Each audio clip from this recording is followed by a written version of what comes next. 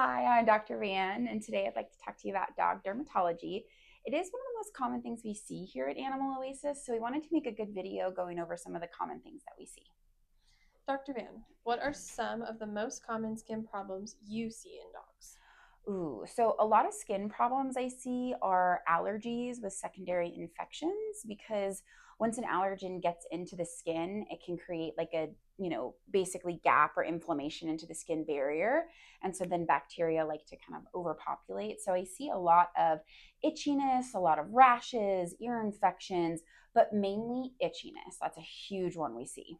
What are signs that my dog has a skin condition that needs veterinarian attention? That is such a good question. First of all, itchiness for sure. That is a big one we see. Like if they're keeping you up at night, if they're creating like a sore, constantly licking. I like to tell people to think like, what if I had this? Like if I was constantly itching something that wouldn't go away or get better, then I'd probably seek medical attention.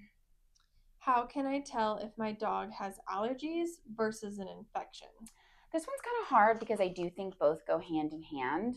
We don't really know if, we like to chalk it up to allergies, but if they do have an infection, sometimes it can just be their skin gets like scratched or bit or something like that, and that can cause an infection. But mainly the two go hand in hand. So you can have allergies that cause an infection, and that's the most common thing we see. What should I do if I find a lump or a growth on my dog? Call us immediately. One of those things that I like to tell people is that you can monitor if you'd like, but it is always recommended to get some sort of bump or lump, or rash or anything taken a look at because it can go from 0 to 60 really, really fast. Can dogs be allergy tested and how does that work? Yeah, dogs can be allergy tested. There's a couple caveats to it. So there's no really good test for food allergies. So typically with food allergies, you have to do this specialized diet and you have to do that for like 8 to 10 weeks. They can't get anything else and then you challenge it. So that's how you would address like a food allergy. For environmental allergies, there's a couple of ways you can do it. You can do intradermal skin testing. So, like when you go to the allergy people and they skin prick you with like a bunch of different things.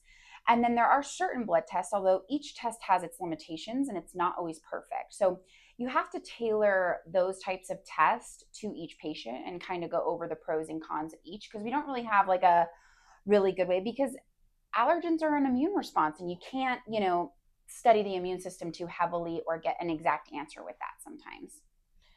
Are there shampoos or medications that help with chronic skin issues?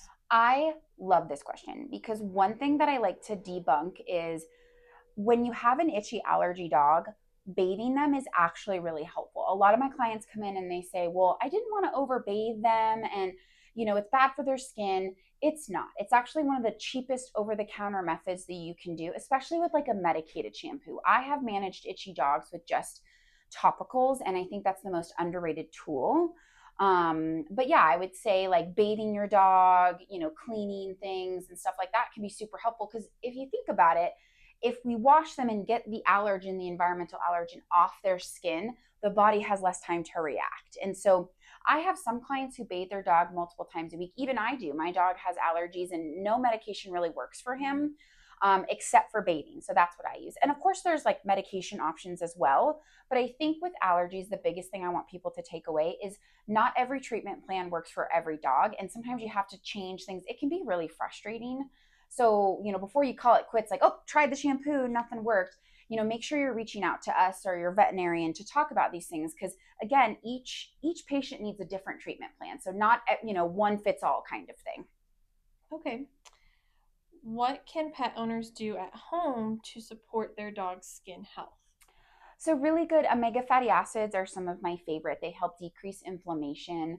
A good diet that is well studied and has been around for a while and does really good research. If it is environmental, like we talked about, bathing them, even just wiping their paws after they come inside can be super, super helpful. So, if your dog is itching or has any problems, dermatology is one of my favorite things. I'm sure you can tell from this video. Give us a call. I'd love to take a look. I'd love to talk to you about what plan could be tailored to you and your pet and your needs and your financial needs. So please give us a call at Animal Oasis.